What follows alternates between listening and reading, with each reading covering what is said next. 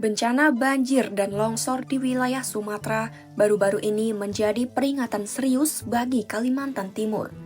Para pengamat menilai pola eksploitasi hutan dan sumber daya alam yang terus berjalan telah menempatkan Kaltim di ambang risiko bencana besar. Risiko di Kaltim dinilai bukan lagi potensi, melainkan bom waktu yang ditanam melalui kebijakan negara. Lantas seberapa besar potensi terjadinya bencana alam di Kaltim? Simak selengkapnya dalam video berikut.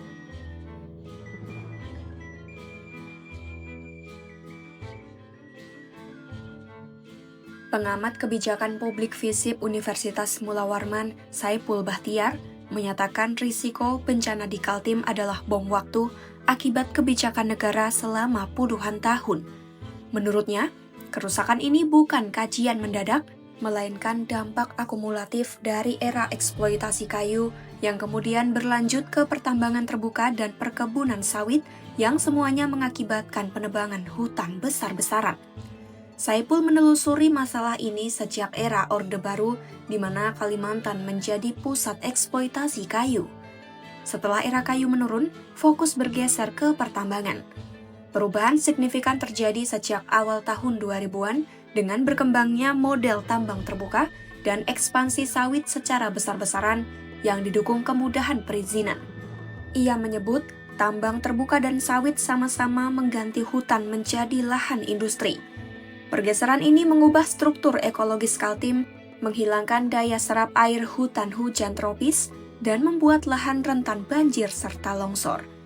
Saipul meragukan klaim pemerintah bahwa aktivitas tambang dan sawit telah memenuhi standar ramah lingkungan dengan kualitas air sungai sebagai salah satu indikator utama kegagalan.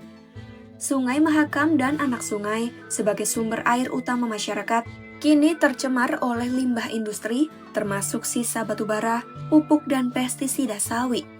Saipul menilai kondisi ini sebagai kegagalan negara melindungi hak dasar warga atas lingkungan sehat.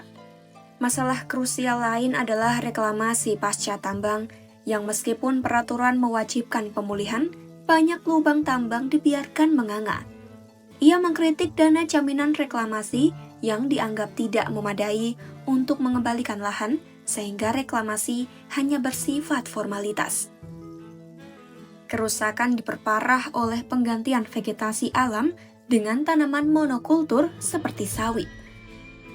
Fungsinya sebagai pengatur aliran air tidak tercukupi, mengakibatkan hilangnya sistem alami pengendali banjir. Sehingga bencana besar hanya tinggal menunggu waktu saat hujan ekstrim.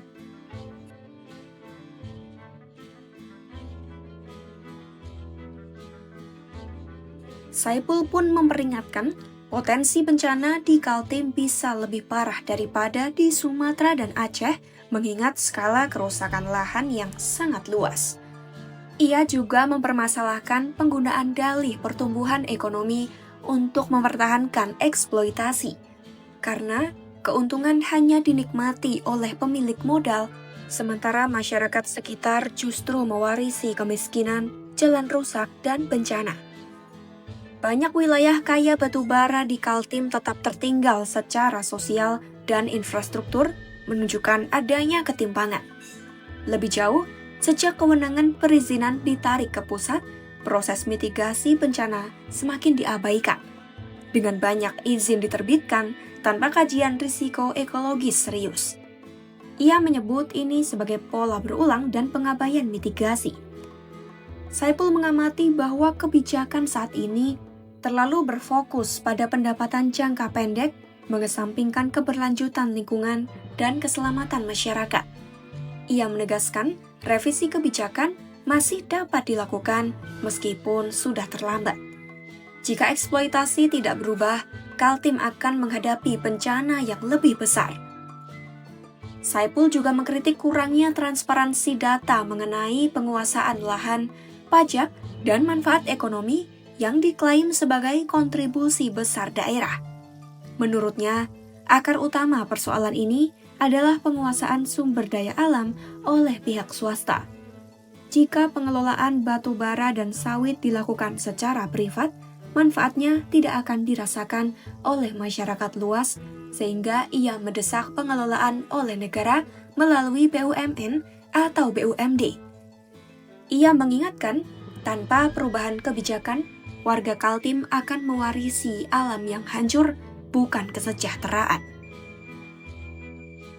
Kaltim dinilai menghadapi ancaman bencana besar akibat akumulasi deforestasi, tambang terbuka, dan ekspansi sawit yang telah menghancurkan daya serap ekosistem. Kondisi ini menciptakan dilema antara kepentingan ekonomi jangka pendek dengan ancaman bencana bagi masyarakat. Revisi kebijakan sumber daya alam secara mendesak diperlukan untuk mengutamakan keberlanjutan lingkungan dan keselamatan warga di Kaltim. Tinggalkan pendapatmu di kolom komentar. Simak terus informasi terkini seputar bencana alam hanya di YouTube Kompas.com.